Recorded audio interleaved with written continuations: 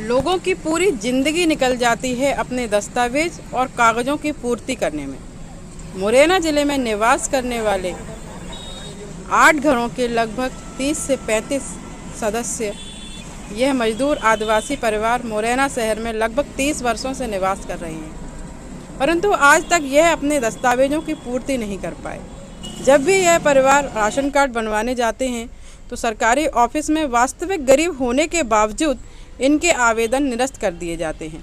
Ration card बनवाने के लिए इन परिवारों से एजेंटों के द्वारा 2000, 3000, 5000 रुपये तक की मांग की जाती है, पर यह तो रोज़ कमाने खाने वाले परिवार हैं। सारे दिन पत्थर तोड़ते हैं, पारंपरिक मजदूरी करते हैं, तब कहीं जाकर चटनी रोटी खाने का जुगाड़ कर पाते हैं। ऐसे में यह एजेंट को पैसे कैसे दे पाएंगे। यह परिवार पिछले कई सालों से सरकार से आवास की मांग कर रहे हैं।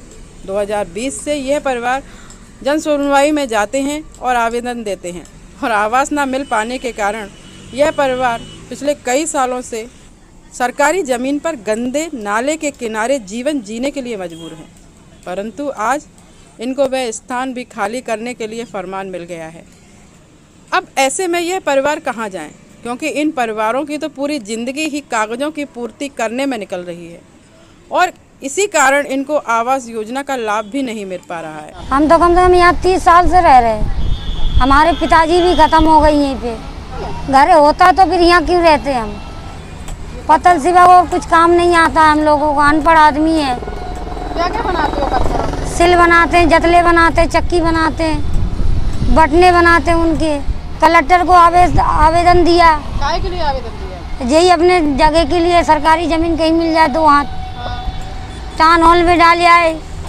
टाउन हॉल पे जमा किया कॉलोनी के लिए, वो भी नहीं मिली। कम से कम 3 बार तो यही दिया है कॉलोनी के फार्म, 2-3 बार, कम से कम 20-25 बार। हम कम से कम 2 साल से तो कलेक्ट्रेट पे भग रहे हैं, कोई सुनवाई ही नहीं हो रहा हमारा। आवेदन दिया हमने BPL कार्ड के लिए तो रिजेक्ट कर दिया। क्या बोलते हैं, क्यों नहीं बना रहे? अब नहीं बनाते, क्या करें, हमारा अनपढ़ आदमी है, कुछ हमको बताते भी नहीं है। कुछ बताएं तो हमको पता चले। अंगूठा छाप आदमी हमको कोई बताते ही नहीं है। 2 बार रिजेक्ट हो गया। अब जैसे ये तुम लोगों के घर तोड़ दिए, तो क्या तोड़ने से पहले कोई नोटिस वगैरह दिया था? नहीं दिया, नोटिस नहीं आया। जी कह रहे थे आप पीछे हटा लो तो नल्ला साफ होगा। अब ये कहते हैं बिल्कुल तुम हटा लो। हाँ, ये सरकारी ज़मीन है और नगर पालिका में हमने दिया था तो सरकारी ज़मीन मांग रहे। परसों तोड़ा था, तोड़ा भी तो हम भूखे प्यासे पानी में डले हैं। वर्षा हो रही है, वर्षे में डले हैं, कोई ये भी नहीं आया। ये गरीब आदमी बच्चे भूखे मर रहे, 24 घंटे से भूखे है। ऐसे ही अपना पानी बूंद में बच्चे ले लेके अपना थोड़ा वैसे छाया कर करके बैठे रहे। तो भूखे प्यासे क्यों, तुमने खाना क्यों नहीं बनाया? अब खाना क्या, जब जगह ही नहीं है तो खाना कहाँ से बनाएंगे, पैसे ही नहीं है। जब दुकान ही नहीं लगाएंगे तो खाना कहाँ से मिलेगा। मशीन ले आके लगा दिया, थोड़ा थोड़ा करने लगे, और फिर पानी भी पड़ रहा तो पानी में भीज गए। न खाना खाया न कुछ, पानी तलक जल्दी पीने को नहीं मिला। आप लोगों के पास रहने के लिए और कोई जगह है? कोई कहीं जगह नहीं है, कहीं जगह नहीं, यही जगह है। अगर आप लोगों को यहाँ से खाली करा लेंगे तो कहाँ जाओगे रहने? अब कहाँ जाए, कोई नहीं सुनवाई करा तो भगभगाए और हम लौटाल दिए, जाओ जाओ भगो भगो भगो। अब अचानक से उन्होंने इन लोगों को हटाया, वो भी बारिश के मौसम में। तो हमने आके इस पूरे प्रकरण पर जानकारी ली। अब हमारे लिए सबसे बड़ी जो दुविधा है वो ये है कि यहाँ पर गरीब लोगों के, BPL लोगों के बहुत सारे आवास बनाए गए हैं। इनमें से सभी के पास वोटर ID है, आधार कार्ड है। इनको कोई ना कोई जगह तो मिलनी चाहिए, और इस बार कह रही है कि वो BPL को घर दे रही है, तो BPL के घर गए कहाँ? और BPL कार्ड भी नहीं बने इन लोगों के, जबकि आप देखो वास्तविक BPL है ये लोग।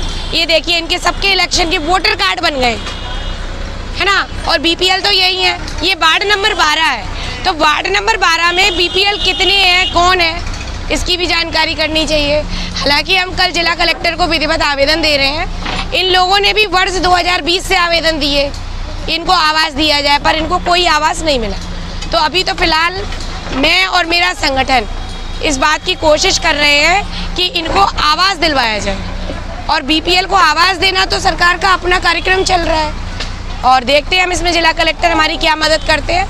और इनकी तो 4 सालों से इन लोगों के आवेदन पेंडिंग है। अभी इन लोगों को लेकर मुझे यह सवाल परेशान कर रहा है कि इस बारिश के मौसम में यह परिवार कहाँ जाएंगे। इनके पास छोटे छोटे बच्चे हैं, महिलाएं हैं। अगर इनके पास कोई जगह होती तो यह वहाँ पर जाकर रह पाते, पर इनके पास तो कोई जगह ही नहीं है। अगर आपके पास ऐसा कोई सुझाव है जिससे इनको मुरैना में इनके हक का मकान या जगह मिल सके तो कमेंट्स बॉक्स में ज़रूर बताइएगा।